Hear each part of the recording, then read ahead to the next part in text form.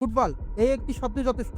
বিশ্বের যেকোনো প্রান্তের যেকোনো ভাষার এই খেলাটি মানুষের হৃদয়ে এক অদ্ভুত আগুন জ্বালিয়ে দেয়। কিন্তু বাংলাদেশের এই আগুন মাঝে, মাঝে এতটাই তীব্র হয়ে ওঠে যে সেই আগুনে পুড়ে যায় মানুষের জীবন। আর্জেন্টিনা, ব্রাজিল, দক্ষিণ আমেরিকার দুটি দেশ। হাজার, হাজার মাইল দূরের দুটি দল। অথচ বাংলাদেশের আপামর মানুষ, কৃষক থেকে কিশোর, রিকশাচালক থেকে বিশ্ববিদ্যালয়ের ছাত্র প্রতি ৪ বছরের এই দুটি দলকে কেন্দ্র করে দুটি শিবিরে বিভক্ত হয়ে পড়ে। আর সেই বিভক্তি শুধু রঙিন পতাকা আর উৎসবের মধ্যে সীমাবদ্ধ থাকে না। ২০১৪ থেকে ২০২২ মাত্র ৮ বছরে ৩টি বিশ্বকাপের ডকুমেন্টের তথ্য অনুযায়ী অন্তত ২ ডজনের বেশি মানুষ প্রাণ হারিয়েছে শুধু ফুটবলকে কেন্দ্র করে। এই ডকুমেন্টারিতে সেই মানুষের গল্পগুলো তুলে ধরব। ২০১৪ সাল ব্রাজিলে ফিফা বিশ্বকাপ চলছে। বাংলাদেশেও উত্তেজনার পারদ তুঙ্গে। টেলিভিশনের সামনে জড়ো হয়েছে মানুষ। রাস্তায়, রাস্তায় পতাকা, গ্রামে, গ্রামে যাচ্ছি। ১৮ জুন ২০১৪ উত্তর জেলার লালমনিরহাটে হাতিবান্ধায় একটি চায়ের দোকানে কাছে দুটি দলের সমর্থকদের মধ্যে উত্তেজনার বাড়তে থাকে। শুরু হয় পাথর ছোড়াছুড়ি। সেই পাথরের আঘাতে প্রাণ হারান মিলন হোসেন, বয়স মাত্র ১৮। একটি রেস্তোরাঁয় কাজ করতেন তিনি। হয়তো জীবনে প্রথমবার বিশ্বকাপ উপভোগ করছিলেন। বাংলাদেশের ফুটবলের নামে রক্তপাতের ইতিহাসে এটি একটি ছিল কুখ্যাত সূচনা। সেই বছরই আন্তর্জাতিক মিডিয়া বাংলাদেশের এই অদ্ভুত উন্মাদনাকে লক্ষ্য করতে শুরু করে। টাইম ম্যাগাজিন লিখেছিল, ভৌগোলিকভাবে ফুটবলে পিছিয়ে থাকা এই দেশটি বিশ্বকাপের উন্মাদনা অনেক অংশগ্রহণকারী দেশকেও ছাড়িয়ে যায়। কিন্তু সেই উন্মাদনার ভিতরে কি লুকিয়েছিল তা তখনও কেউ বুঝতে পারেনি। ২০১৮ রাশিয়া বিশ্বকাপ। কক্সবাজারের তকিয়ায় একটি স্কুলের ছাত্রছাত্রীরা সেদিন একটি অনন্য ধারণা নিয়ে এসেছিল। তারা নিজেরা একটি প্রীতি ফুটবল ম্যাচ আয়োজন করছিল আর্জেন্টিনা বনাম ব্রাজিল। ১৪ জুলাই ২০১৮ মাতামুহুরী নদীর তীরে ম্যাচ শেষে সবাই মিলে নদীতে গোসল করতে গেল। খেলা শেষের আনন্দে মেতেছিল সকলে। কিন্তু নদী সেদিন নির্মম ছিল। সাইদ জাওয়াদ, সূর্য ভট্টাচার্য, মোহাম্মদ ফরাদ, আমিনুল হোসেন, মেহরাব হোসেন, ৫টি কিশোর, ৫টি স্বপ্ন পানিতে ডুবে সেদিন সব থমকে গেল। এই মৃত্যুগুলি সরাসরি সহিংসতার ফল ছিল না, কিন্তু ফুটবলকে কেন্দ্র করে গড়ে ওঠা উন্মাদনা এই ট্র্যাজেডিকে একেবারে নিছক দুর্ঘটনা বলা যায় না। সমাজবিজ্ঞানীরা বলেন না, একটি খেলাকে ঘিরে তখনই জাতীয়বাদের মতো তীব্র আবেগ তৈরি হয়, তখন সেই আবেগকে মানুষ ঝুঁকির দিকে ঠেলে দেয়, বিচার বুদ্ধিও কমে যায়।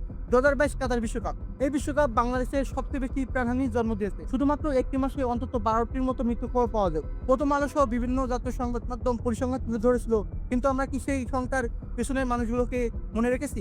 না, আমরা সেই মানুষগুলোর কথা মনে রাখিনি। ৯ ডিসেম্বর রাত হবিগঞ্জের বাহুবলে ব্রাজিল বনাম ক্রোয়েশিয়ার কোয়ার্টার ফাইনাল ম্যাচে ব্রাজিলের পরাজয়কে কেন্দ্র করে তর্ক শুরু হয়। পরের দিন সকালে সেই তর্ক পরিণত হয় সংঘর্ষে। ৫৫ বছর বয়সী শহীদ মিয়া, রূপন মিয়ার বাবা প্রতিপক্ষের লোকদের হাতে নিহত হন বোল্লার টেটার আঘাতে। একজন বাবা, একটা ফুটবল ম্যাচ, আরেকটি মৃত্যু। একই রাতে সাভারের একটি চায়ের দোকানে ২৬ বছর বয়সী আসাদ মিয়া ম্যাচের ফলাফল নিয়ে তর্কে জড়িয়ে পড়েন। ছুরি আঘাতে তার মৃত্যু হয়। বাগেরহাটের মোহরগঞ্জে ১৪ বছর বয়সী ব্রাজিল সমর্থক টুকুল হাওলাদারকে খেলা চলাকালে ছুরিয়াঘাত করে হত্যা করা হয়। হত্যাকারী একজন আর্জেন্টিনা সমর্থক, বয়স মাত্র ১৪ বছর। একটি শিশু, একটি ফুটবল ম্যাচ, আরেকটি হত্যা। কুমিল্লায় আর্জেন্টিনা ফাইনাল জেতার পর আনন্দ মিছিলে বের হয়েছিলেন ফাইসাল ইসলাম হৃদয়। পতাকা কাটাকাটিতে তাকে ছুরি মারা হয়। এরপরে নতুন বছরের রাতে পুরনো শত্রুতার জেরে তাকে ডেকে এনে হাতের পায়ের রক কেটে হত্যা করা হয়।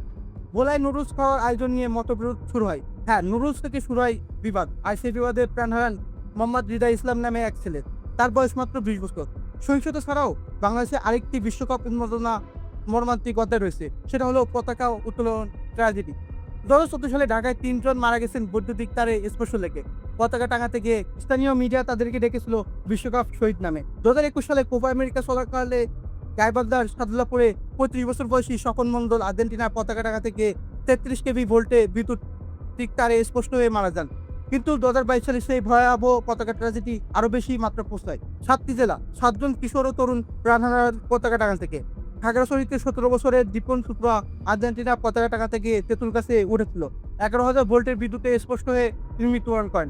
কুষ্টিয়ায় ১৪ বছরের মাদ্রাসায় মিঠু শেখ সুপারি গাছে ব্রাজিলের পতাকা টাঙাতে গিয়ে বিদ্যুতে স্পষ্ট হন। লক্ষ্মীপুরে ১৬ বছরের নাবিল হোসেন বৈদ্যুতিক খুঁটিতে বাঁশ দিয়ে পতাকা লাগাতে গিয়ে মৃত্যুবরণ করেন। ময়মনসিংহে ১৭ বছরের শামীম হোসেন, টাঙ্গাইলের ৭ম শ্রেণীর ছাত্র তানভীর হাসান তন্ময়, কক্সবাজারের ১৬ বছরের মোহাম্মদ মুসা ৩ তলার ছাদ থেকে পড়ে মৃত্যুবরণ করেন।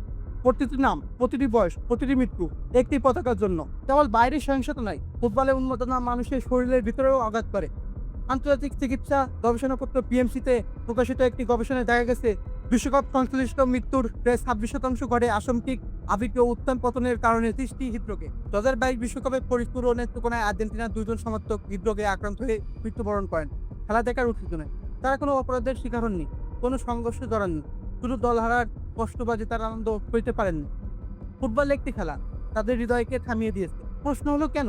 কেন হাজার মাইল দূরের দুইটি দলের জন্য বাংলাদেশের মানুষের একে অপরকে ছুরি মারছে? সমাজবিজ্ঞানীরা বলেন এই ঘটনা বিচ্ছিন্ন নয়, এর পেছনে আছে বেশ কয়েকটি সামাজিক কারণ। প্রথমত, সুস্থ বিনোদনের অভাব। বাংলাদেশের বিপুল তরুণ জনগোষ্ঠীর জন্য সৃজনশীল বিনোদনের সুযোগ সীমিত। বিশ্বকাপ তাই হয়ে উঠেছে একমাত্র সামাজিক মহোৎসব। দ্বিতীয়ত, উপজাতীয়বাদ বা ট্রাইবাল আইডেন্টিটি। মানুষ যখন একটি দলের সমর্থক হয়, সে নিজের দলের পরিচয়কে নিজের পরিচয় মনে করতে শুরু করে। প্রতিপক্ষ দলের সমর্থক হয়ে যায় শত্রু। তৃতীয়ত, রাজনৈতিক উত্তেজনা ও সামাজিকরণ। যে সমাজে মতভেদকে সহজেই মেনে নেওয়ার সংস্কৃতি নেই, সেখানে খেলার মাঠে দ্বন্দ্ব প্রাণঘাতী হয়ে উঠবে। চতুর্থ, বৈদ্যুতিক নিরাপত্তার অভাব এবং সচেতনার ঘাটতি। যে কিশোর গাছে ওঠে পতাকা টাকাচ্ছে, সে জানে না যে তার কাছে হাজার হাজার ভোল্টের বিদ্যুৎ লাইন তার পাশেই আছে। 2014 থেকে 22, মিলন হোসেন বয়স 18, 5 কিশোর চকরিয়া মাতামুহুরী নদীতে। শহীদ মিয়া বয়স 55, টুটুল হাওলাদার বয়স 14, দীপেন ত্রিপুরা, মিঠু শেখ, নাবিল হোসেন, শামীম হাসান, তানভীর তন্ময়, মোহাম্মদ মুসা এবং আরও অনেকে, যাদের নাম হয়তো কোনো পত্রিকায় ছাপা হয়নি। এরা কেউ যুদ্ধের মাঠে মারা যায়নি, এরা মারা গেছে ফুটবলের উত্তেজনায় ও ফিফা ওয়ার্ল্ড কাপের সময়। এবং আরও অনেকে, যাদের নাম হয়তো কোনো পত্রিকায় ছাপা হয়নি। ফুটবল দোষী নয়, উৎসব দোষী নয়, কিন্তু দোষী সেই বিষাক্ত উগ্রতা যা একটি খেলাকে পরিণত করে যুদ্ধক্ষেত্রে। দোষী সেই অসাবধানতা যা একটি কিশোরকে ঠেলে দেয় বিদ্যুতের তারের দিকে। দোষী সেই ব্যবস্থা যা তরুণদের সুস্থ বিনোদন দিতে পারেনি। প্রতি 4 বছরে বিশ্বকাপ ফিরে আসে, আর তার সাথে আসে বাংলাদেশের মৃত্যুর ট্র্যাজেডি। এই চক্রকে ভাঙতে হলে দরকার সচেতনতা, সহনশীলতা এবং দায়িত্বশীলতা। শুধু সরকার বা আইন শৃঙ্খলা বাহিনীর নয়, আপনার আমার প্রতিটা পরিবারের দায়িত্ব। ফুটবল জীবন দেয় না, কিন্তু আমরা চাইলে ফুটবলের নামে জীবন কেড়ে নেওয়া থামাতে পারি। খেলা উৎসবের মৃত্যু নয়। Thanks for watching.